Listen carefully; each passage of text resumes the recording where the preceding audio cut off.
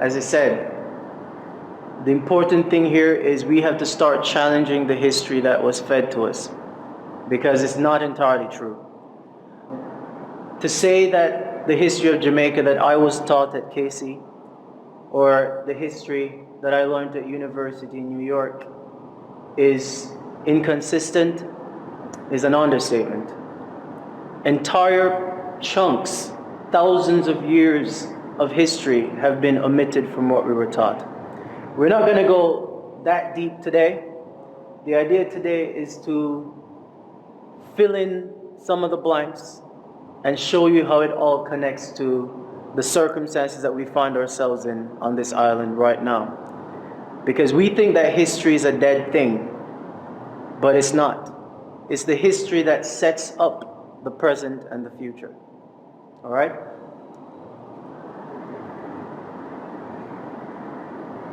This first slide, I'm being kind of tongue-in-cheek about it, just to make you wonder what makes you Jamaican and what makes this island Jamaica. You ever wondered about that? Who told you you were Jamaican?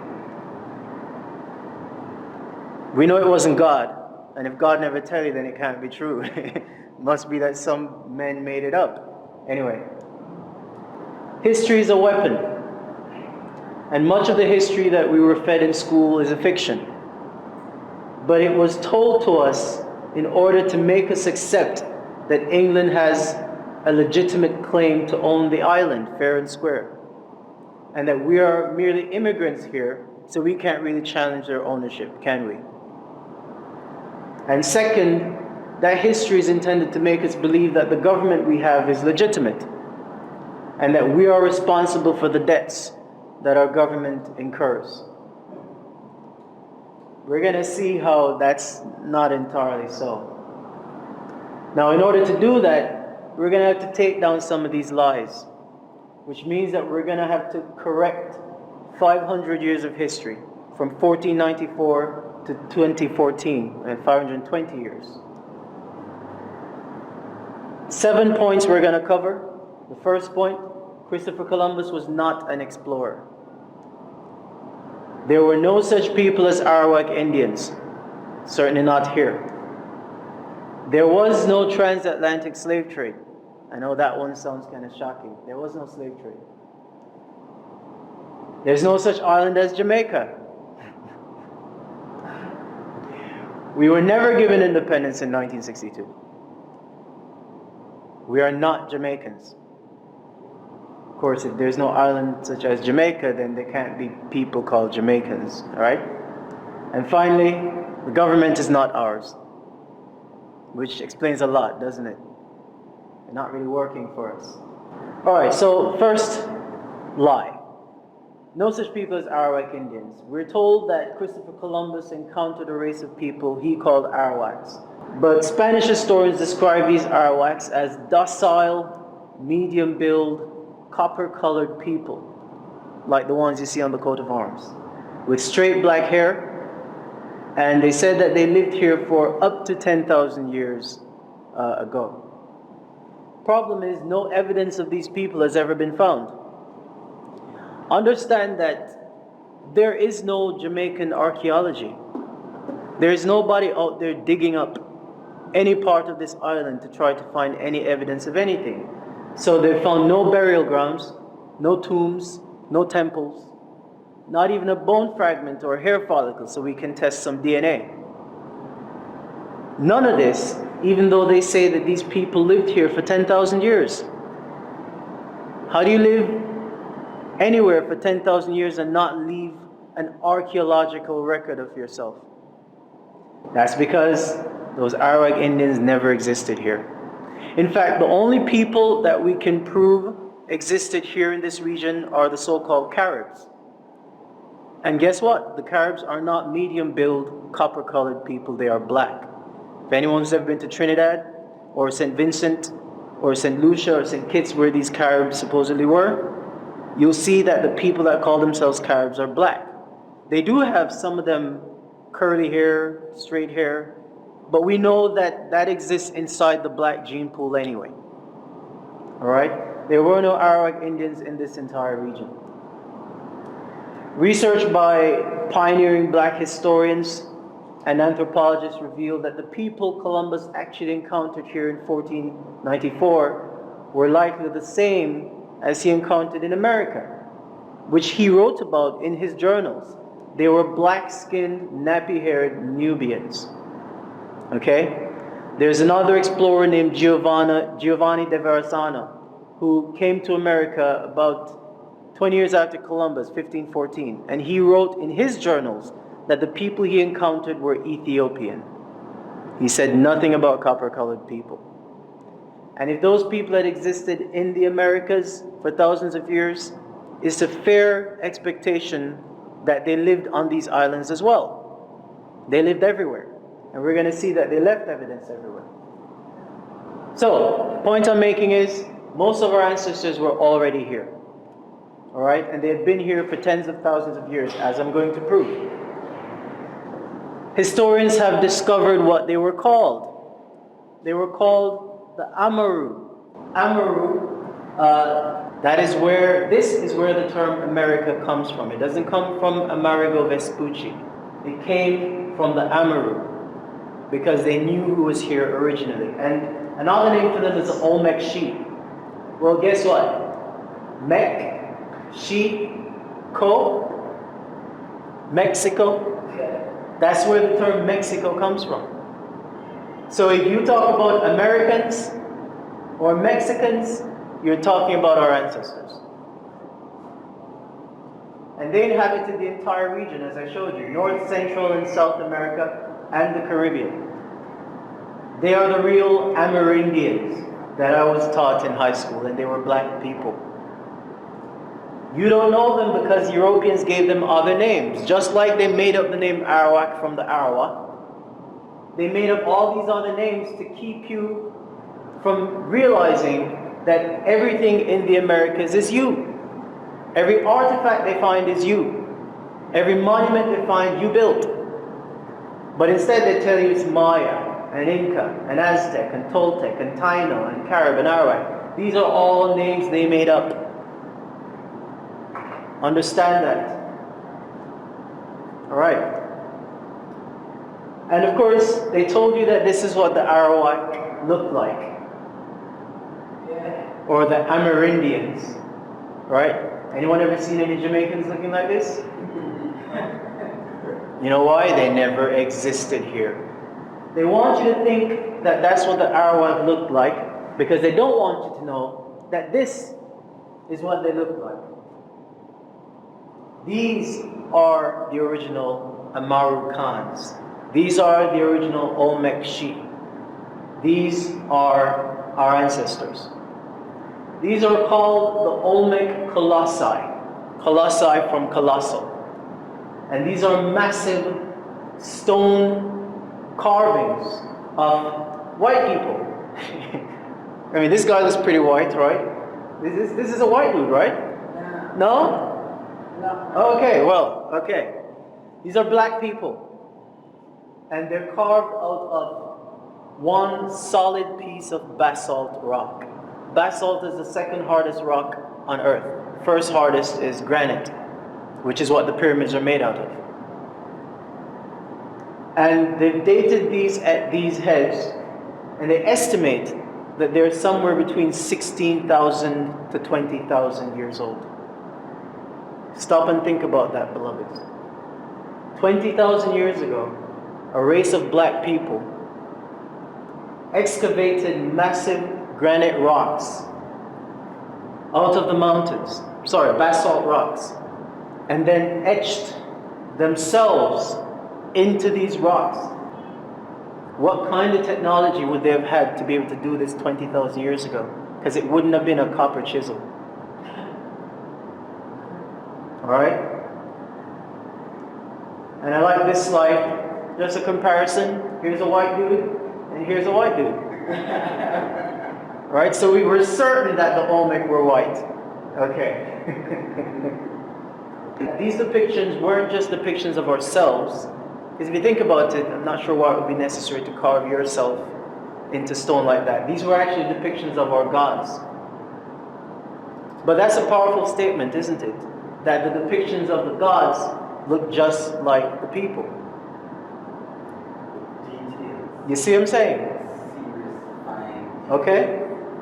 Historically, every ancient culture always depicted their gods to look like themselves. There's a reason it says in the book that the Creator created man in His image. That means your God must have looked like you. And since there's 5 billion black people on the planet, I would like to believe that a black God created me. I'm just saying. So those are the Olmec colossi, and as I said, they're depictions of the black gods. And the people were the builders of civilizations. They were not primitive. Primitive people couldn't do that. And like our Kemetic ancestors from Egypt, our Olmec ancestors engineered entire city complexes. Thousands of years before Europeans crawled out of their caves. Historians have nicknamed the Olmec the mound builders. They call them mound builders because they built these megalithic structures all over the Americas. This is the Pyramid of the Moon. It is in a place called Teotihuacan in Mexico. This pyramid is the second largest, well, it was the second largest pyramid by volume on the planet. It's now the third largest. And I don't know if you can get an appreciation for the scale of this, but I like this picture because see these tiny dots, that's people. Just to show you how massive this thing is. And unlike the pyramids of Egypt, the pyramids built by the Olmecs were meant for you to mount. They were meant for you to climb them and go up there and behold the greatness of your ancestors. This was built by black people. The same stone heads I just showed you, white archaeologists have confirmed that they were also the builders of these pyramids. This pyramid is 20,000 years old. And it is built from granite. And it is still standing, unlike the World Trade Center. This used to be the biggest pyramid on the planet by volume. It's called the Pyramid of the Sun. It's on the same complex. This was built by black people. It is massive. It's called the Pyramid of the Sun because it is designed to align with solar phenomena. This is the new King of the Hill. Remember I said to you, this one was the biggest pyramid on the planet. That was until 6 years ago when they stumbled onto this. This is called El Mirador. It is in Mexico. Mirador is a Spanish word for veranda or rooftop because they discovered that when you stand on the top of this, you can see for miles. And guess what? When they stood on the top of it, now this had been covered up by jungle. Just to show you, imagine how old this is. This is real. This is not from a movie. This is not special effects. This is an actual photograph.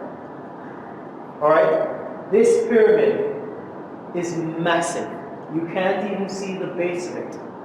It is so old that trees were growing up from inside it. This is in Guatemala, Central America. And this whole area was covered up by jungle for thousands of years. They don't even know exactly how old this is. But so far they've dated it, they've estimated it's 26,000 years.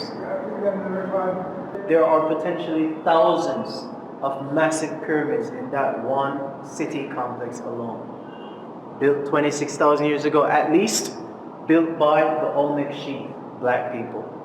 So that's the first lie about Arawaks. The second lie, Cristobal Colon was a mercenary. This is the man that you know as Christopher Columbus. Anybody ever wondered why suddenly in 1492 all these Europeans decided that they were going to jump on boats and start exploring everywhere? Well, there's a reason. There's always smoke, fire behind the smoke. In 1491, 1 year before his first voyage, there was a war between the Moors and the white Europeans. Actually, that war had been going on for a very long time. The Moors had ruled Western Europe for 700 years. But in 1491, when Queen Isabella and King Ferdinand defeated them at Granada in Spain, Pope Innocente, I love how the popes always have nice names. Pope Innocent. Pope Innocent the VIII legalized the enslavement of black people all over the world and the theft of their lands and their wealth by white Europeans. This happened in 1491, and then in 1492 the voyages all started, right? You had Portugal, Spain, the Dutch, France, and Britain. Everybody just started exploring the so-called New World. How can it be the New World, by the way, if it's older than your world? I mean, I just showed you a 26,000-year-old pyramid in the New World. Anyway, Columbus's first voyage was a military reconnaissance mission. Everybody understand what that is? When you want to wage a war with an enemy that you're not familiar with, you send somebody to scope them out. See how fortified their nations are, see what kind of weaponry they have. And we know this for a fact because he only took 3 ships. Everybody knows the name of those 3 ships, right? Nina, Pinta, Santa Maria. And he only took about 80 crewmen. But when he came back in 1496, 17 warships and 1,300 soldiers. And those ships were carrying cannons, those ships were carrying armory, but he was just an explorer. Columbus and his crew sailed from island to island, wiping out the natives who fought back and enslaving the survivors. This mass murder was justified as converting savages to Christianity in order to bring them under the dominion of Rome. It's called forced denationalization. Denationalization is when somebody takes away your indigenous rights. And dispossession is when someone takes away your birthright property. That was what this whole voyage was about. Because that was the only way they could claim the land. They had to wipe out and disinherit the rightful owners. That is why they made up the story of Arawak. They don't want to admit that they came here, saw black people, and tried to eradicate all of them and then enslave the rest of them. And that their ownership of our island was illegal from day one. This was all done, as I said, with the blessing of the Pope and the Roman Empire, which owned the Kingdom of Spain, Kingdom of Britain, the Kingdom of France. And everything the Romans did, they carried around a red cross. We know the red cross. We're familiar with it, right? The first time we saw those red crosses was on these guys. These are the Knights Templar. Yeah. The Templar were the armies that were sent into Africa to conquer and destroy.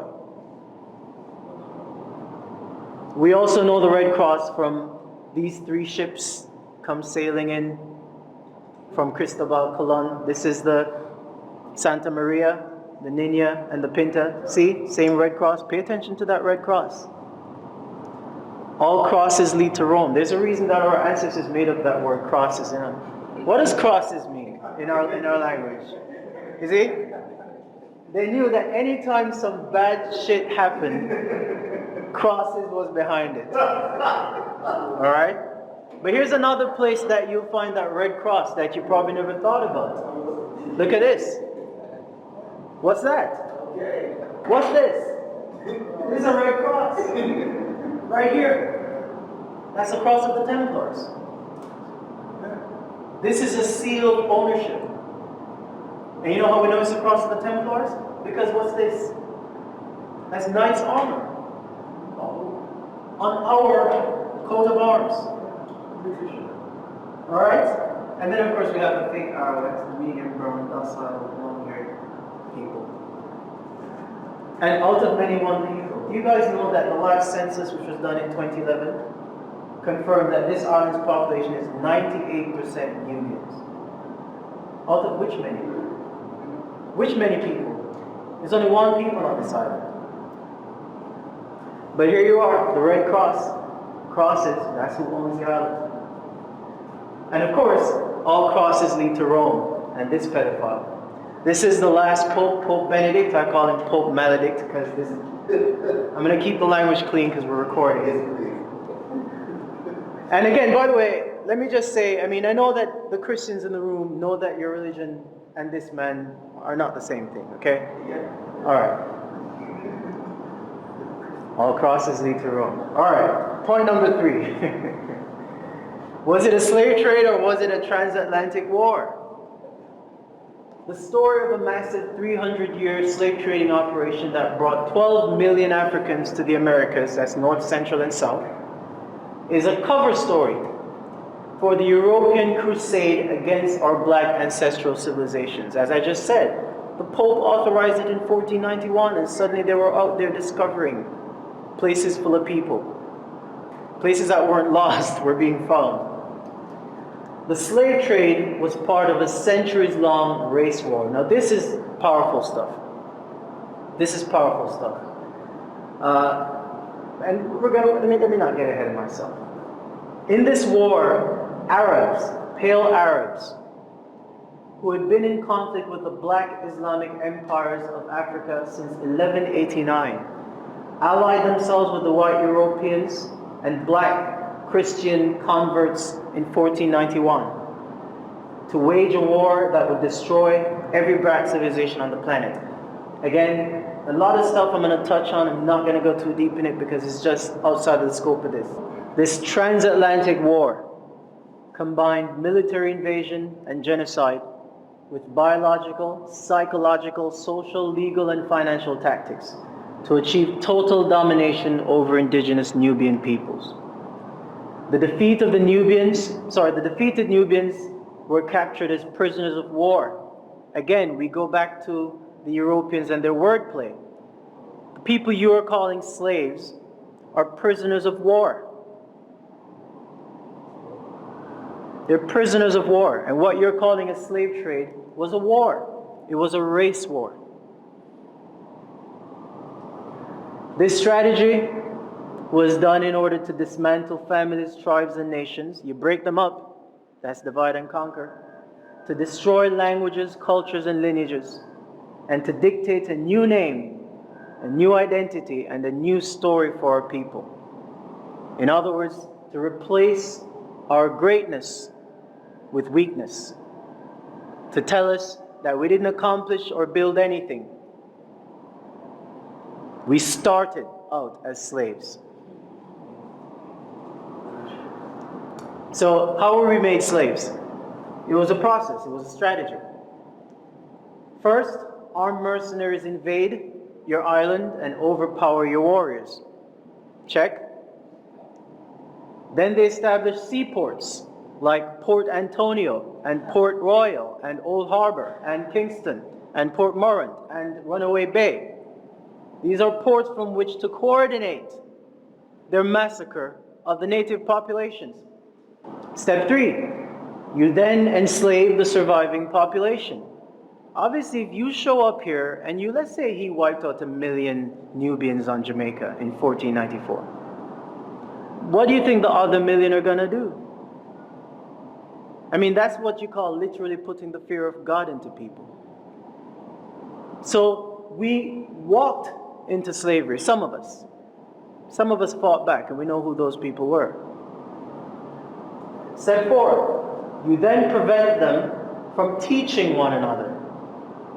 We take so many things for granted, but understand that 150 years ago, it was illegal for black people on Jamaica to learn to read and write. It was against the law to teach a Negro to read or write. Do not take it for granted, beloveds. Use your intelligence. And step 5, you impose a foreign religion that teaches the natives that they are savages and their invaders are servants of God. Now, I just want to say ahead of time, I'm not attacking anybody's religion. Because frankly, from my perspective, the blackness comes first. I really don't care what you call yourself. I call myself Buddhist. I don't care what you call yourself. You can pick any religion. But the blackness comes first. Alright? So when I talk about Christianity, I'm talking about Christianity in the context of history. I'm not attacking a religion. I'm not attacking Christians. But religion is a weapon of conquest. Religion is a weapon of conquest. As I said, it is not possible for 10% to enslave the 90% without messing with them psychologically. It's just not possible. Alright? So this is where Christianity came in. Christian doctrine was used. Notice I said it was used. I didn't say that it taught this. But it was used to teach them that God, Jesus, looked like their slave masters. We all know the picture of white Jesus. Right? This was necessary in order to convince us that our enslavement was the will of God. It had to be. Because they came with the power of God. They had weapons that we hadn't seen before. They wiped out millions of us. They put the fear of God inside us, and then they put an image of God.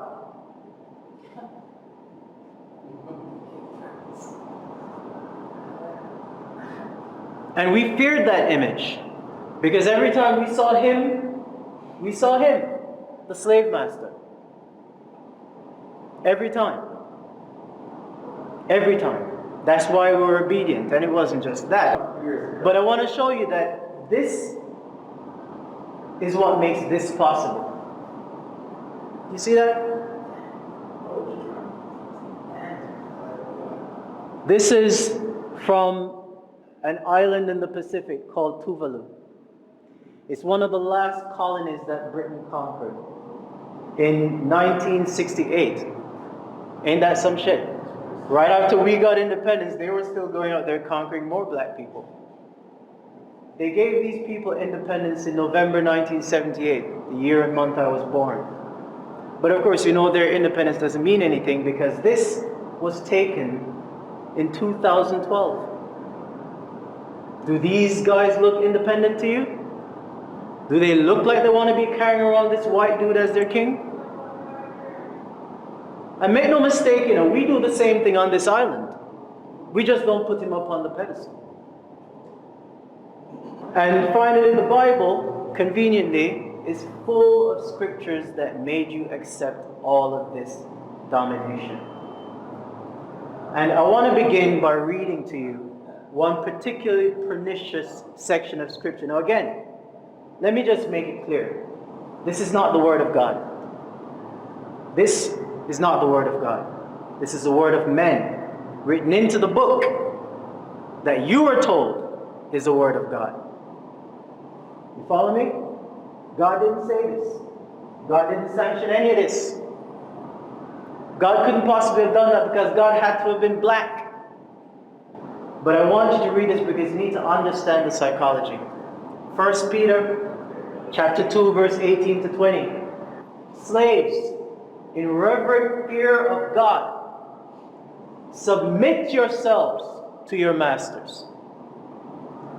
Not only to those who are good and considerate, but also to those who are harsh. What? What? For it is commendable if someone bears up, that means endures, bears up under the pain of unjust suffering because they are conscious of God. It is commendable for you to endure enslavement because you honor God when you do so. Alright? Now this part I love. But how is it to your credit if you receive a beating for doing wrong and endure it?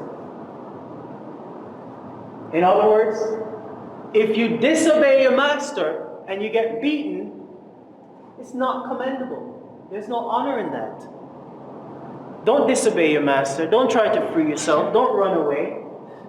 Don't set some slaves free. It's not commendable. But if you suffer for doing good, meaning doing what the master tells you, and you endure it, this is commendable before God. This is the depth of the psychological programming that was done to our ancestors right here on this island. This is not the word of the Creator.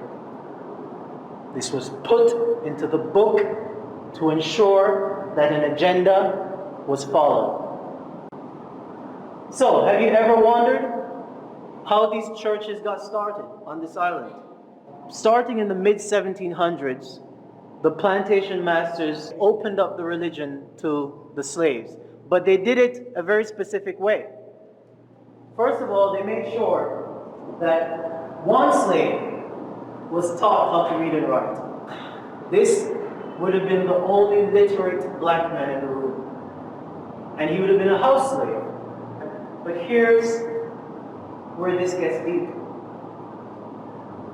The white master is sitting in the midst of the congregation. He's overlooking his slaves. But he's there to make sure that this guy teaches them what he's supposed to teach them. Right?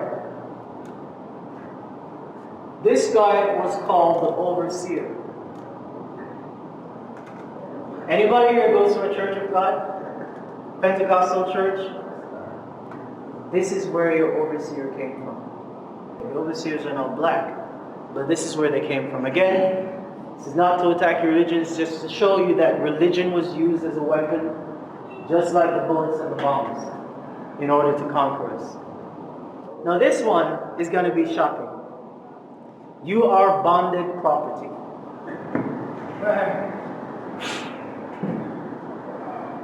A slave is bonded or bounded, same word, same root. Bonded, bounded, binded, same root, same word. The Spanish has succeeded in stripping the island of all its gold. We know that because we know that Columbus, after 6 years in this region, went back to Spain with so much gold that the price of gold collapsed in Europe, and suddenly gold was worthless. So the British couldn't rely on gold. The Spanish took all of that. This island had two things that were more valuable than the gold. This island had agriculture, and it had black people. And so the British figured out a system in which they could use both of those resources to their advantage. This is the beginning of what you know as stocks and bonds. What was the stock?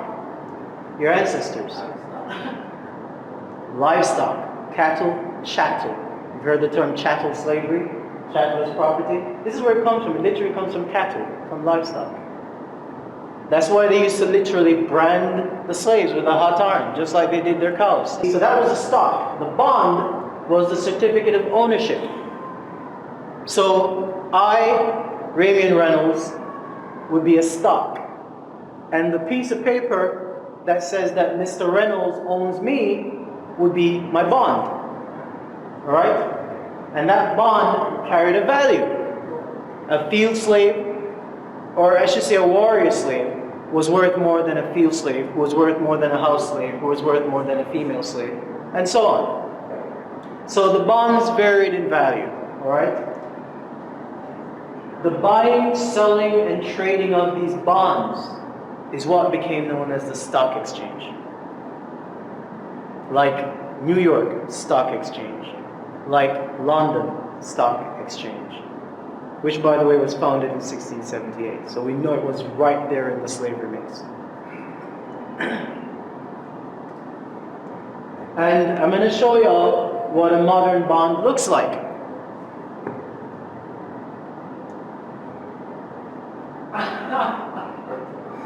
Who knows what this is? This pretty decoration around the side, that's what makes it legal bonded paper. It's a certificate. It says right up here. It's a certificate. It's a bond. It's a bond. This is a bond. Remember I said, I'm the stock. This is my bond. And my bond carries a value. Depending on the stock. Depending on the quality of my stock. This is what is the basis of the stock exchange. This is what built the economy of England. Now let's zoom in on this because I want to show you some details on this. I can't just drop this bomb and move on. This is a bond number. It's called a sequence number. It's a financial number, starts with A for asset. This seal is a seal of the corporation. that registered you. We can spend a whole lecture on this. Here we have the certifying officer. This signature is important. It's what certifies it, and then it's sealed. And we all know the Red Cross, the Cross of Rome. It's right there on your bond certificate. Rome owns you. This is not a play thing. It's not theoretical. This is how the global financial system was actually built. And it's how it still functions. It is how white Europeans continue to extract wealth from black people.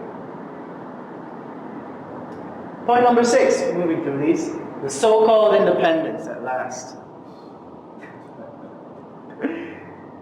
Okay, in 1692, when colonial government was pretty much set up, right? Remember, they took it over in 1655, they named it Jamaica in 1661. By 1692, they had this lockdown. That government consisted of a governor, an executive council, and magistrate courts of admiralty.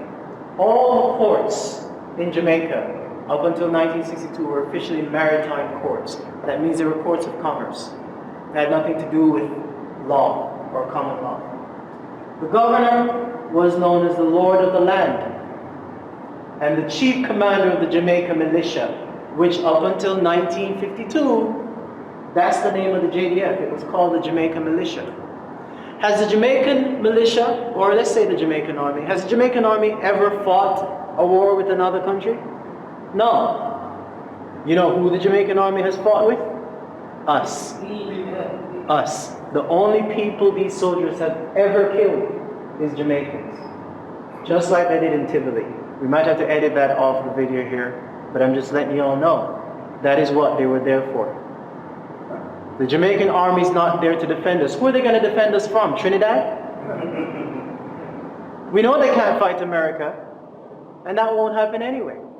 They are there to maintain the power of the Governor General by violence and force.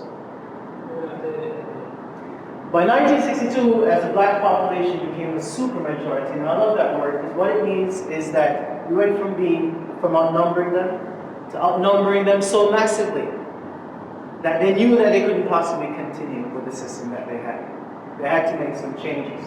In order to appease the black citizens, the British Crown decided to hand over some responsibility to a desegregated local parliament. Remember, before 1962, the parliament was pretty much white. White people ran this island outright. They always have. In 1962, they allowed some niggas to enter into Gordon House. Or I should say some more. I mean, Hugh Sherrill was there, but he was like a token Negro. Not to offend anyone, all right? But this is all the independence did. The British flag, which has flown over Jamaica for the past 3 centuries, is about to be replaced by the Jamaica national flag, heralding the birth of the new nation.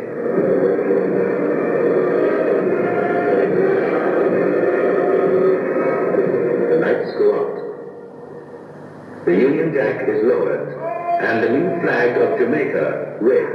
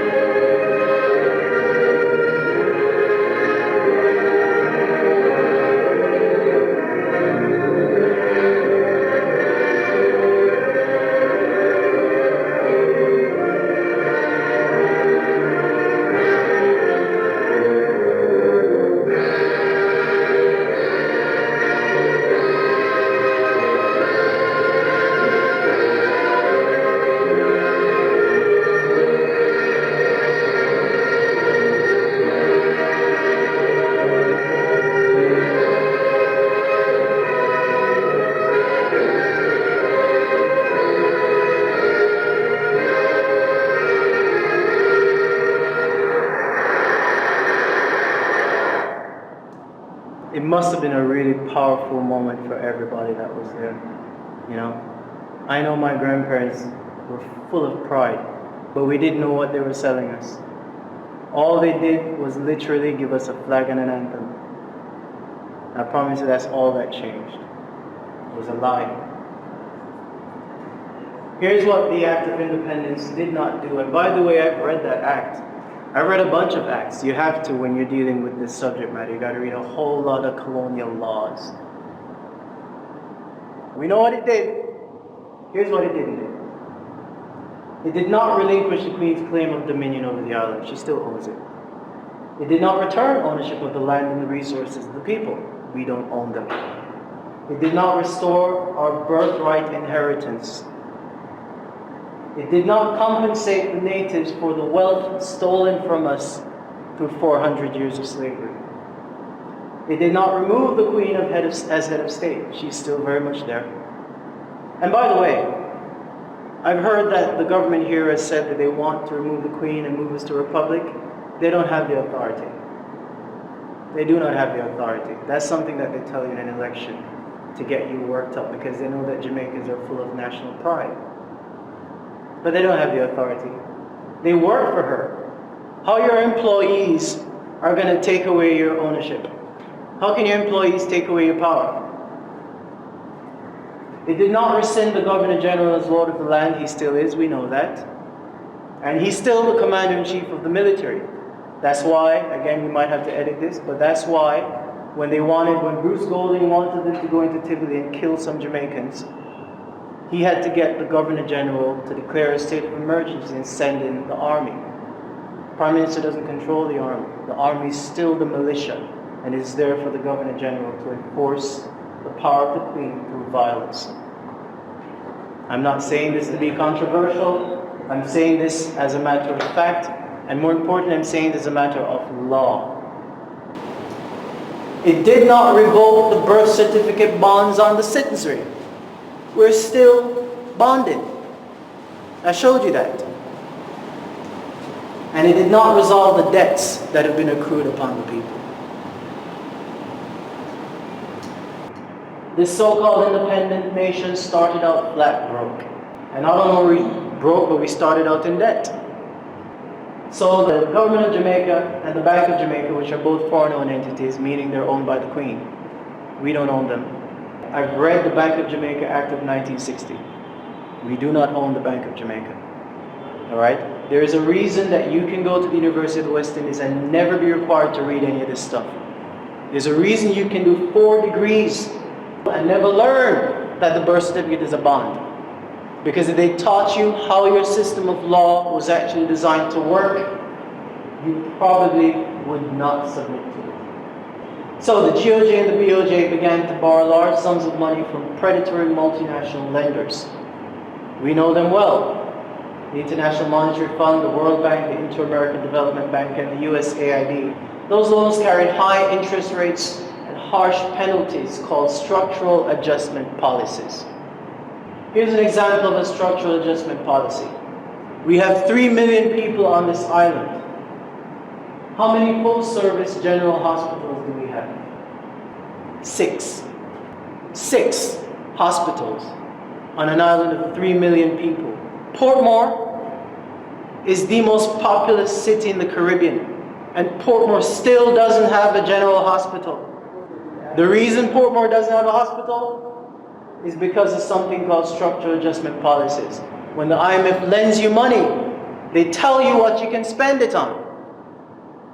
And they told us explicitly, you can't build no new schools.